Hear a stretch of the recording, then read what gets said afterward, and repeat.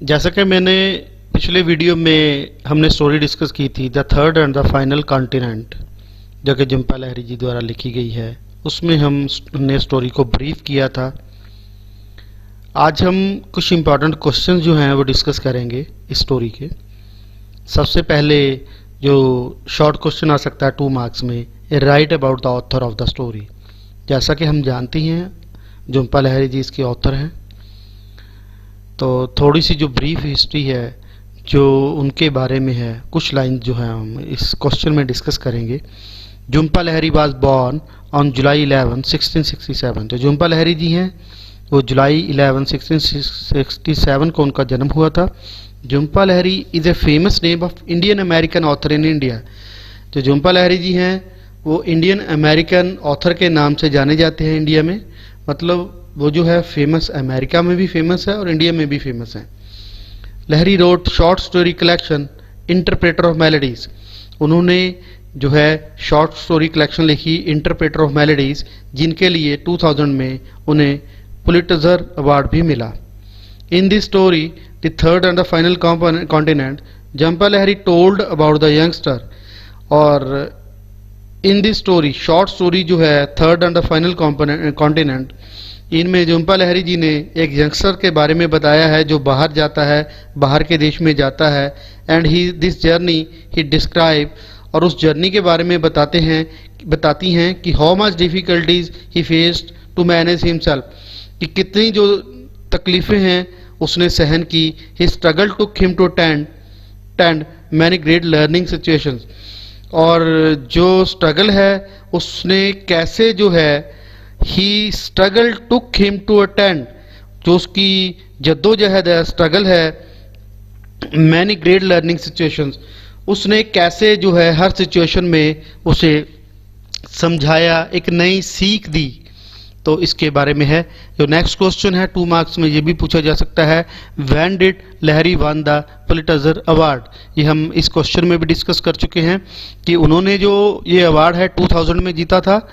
जो short story collection book है वो 99 में लिखने के बाद जो है ये अवार्ड उन्हें मिला था। उसके बाद जो नेक्स्ट क्वेश्चन है वो 2 मार्क्स, डिड लाहिरी बॉर्न, ये भी हमने डिस्कस कर चुके हैं कि झुम्पा लाहिरी जी का जन्म कब हुआ था, 11 जुलाई 1967 को, और लंदन में हुआ था। Where did Lahiri's family move, she was only 3 years old. जो लाहिरी की फैमिली है, ऑथर की फैमिली है, जब वो 3 year की थी तब कहाँ शिफ्ट हुई थी। तो very much clear from the answer, when Lahiri was 3 years old then their family move to America. तो उनकी जो फैमिली है वो अमेरिका शिफ्ट हुई थी, और वहीं पे उन्होंने as a poet, as a author, और जो राइटर है एज ए वो करियर जो है शुरू किया। तो ये 2 मार्क्स के क्वेश्चन हैं जो एग्ज़ाम में आ सकते हैं, तो कृपया इन्हें ज़रूर ध्यान से पढ़ लें। तो एक जो लास्ट क्वेश्चन है वो 10 मार्क्स में पूछा जा सकता है कि write the summary of the third and the final continent, और write the theme of the third and the final continent. तो ये क्वेश्चन भी एग्जाम में आ सकता है, तो इसे हम आज डिस्कस करेंगे।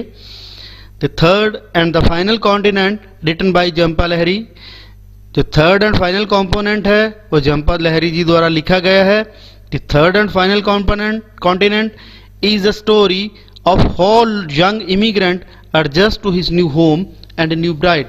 इसमें जो है वो ये बताती हैं कि जो यंग इमिग्रेंट है, इमिग्रेंट का मतलब होता है जो बाहर के कंट्री में जाते हैं, उसे इमिग्रेंट बोलते हैं, वो कैसे जो है नए घर में अपने आप को एडजस्ट करता है, और कैसे जो है वो नई दुल्हन को के साथ जो है वो एडजस्ट करता है। This story is full of features. ये जो है कई विशेषताओं को बताती है ये story, because it has emotional feelings, क्योंकि इसमें इमोशनल फीलिंग्स भी हैं, फेथ भी है, विश्वास भी है, स्ट्रगल भी है, संघर्ष भी है, हार्डवर्क भी है, सख्त मेहनत भी है, एंड सेपरेशंस भी हैं, और कैसे वो अलग होते हैं वो भी बताया गया है। Jhumpa Lahiri had showed her experience in an impressive way. तो झुम्पा लाहिरी जी हैं, उन्होंने इस स्टोरी में बड़े ही दिलचस्प ढंग से जो है वो अपने जो एक्सपीरियंस है, जो अपना संघर्ष है, जो एक्सपीरियंस है उसे बताया है। The heroine of the work is eccentric. जो हीरोइन है इस स्टोरी की वो बड़ी ही एक्सेंट्रिक है, एक्सेंट्रिक वो अलग है, स्ट्रेंज है। एल्डरली विडो बूढ़ी है, who manages to help the young man feel less lonely. वो जो है वो मैनेज करती है एक यंग मैन को ताकि उसे अकेलापन महसूस ना हो। She shows him qualities in his wife, वो उसकी वाइफ की क्वालिटीज भी उसे बताती है that he had not noticed, जो कि उसने कभी नोटिस नहीं की। वो यंग मैन को, जो बूढ़ी औरत है, वो यंग मैन को उसकी वाइफ की क्वालिटीज के बारे में भी बताती है जो कि उस द्वारा भी अभी तक नोटिस नहीं की होती। और ये जो क्वालिटीज जानने के बाद जो यंग मैन है उसकी बॉन्डिंग जो है अपनी वाइफ के साथ, जो लगाव है अपनी वाइफ के साथ, अपनी पत्नी के साथ, और भी जो है वो गहरा हो जाता है।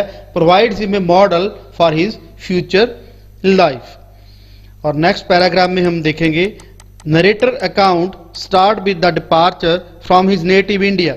जो नेटिव नरेटर है उसकी जो स्टोरी है वो शुरू होती है उसके इंडिया छोड़ने के बाद, और जो है वो कंटिन्यू रहती है, चलती रहती है 5 ईयर 5 साल वो लंदन में जब तक रहता है। उसके बाद after obtaining a job at library in the Institute of Technology north America में जो है उसकी जॉब लगने के बाद ही टर्न टू कलकत्ता, वो कलकत्ता आता है और वहाँ पे मैरिज और अपनी मैरिज करवाता है, उसकी शादी होती है। Then he flies to United States, और दोबारा से जो नरेटर है वो यूनाइटेड स्टेट्स यानी अमेरिका को चला जाता है अपनी नई जॉब को करने। लिविंग हिज ब्राइड बिहाइंड, और जो दुल्हन है उसकी नई दुल्हन है उसे जो है वो इंडिया में ही छोड़ जाता है।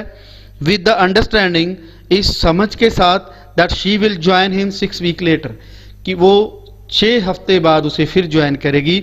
इसका कारण ये था कि उस समय जो उसकी वाइफ थी उसके पास डॉक्यूमेंट्स की कमी थी, वीज़ा डॉक्यूमेंट्स नहीं थे, तो इसलिए जो है वो अपनी वाइफ को अभी इंडिया ही छोड़ जाता है कि डॉक्यूमेंट्स पूरे करने के बाद वो अमेरिका आ जाएगी।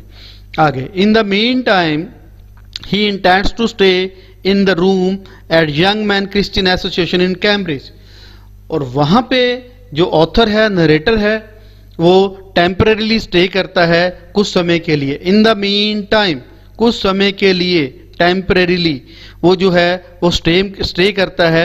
यंग मैन क्रिश्चियन एसोसिएशन होगी वहाँ पे जो है वो स्टे करता है। Lahiri is just as stained and just effective when describe the inner lives of our characters.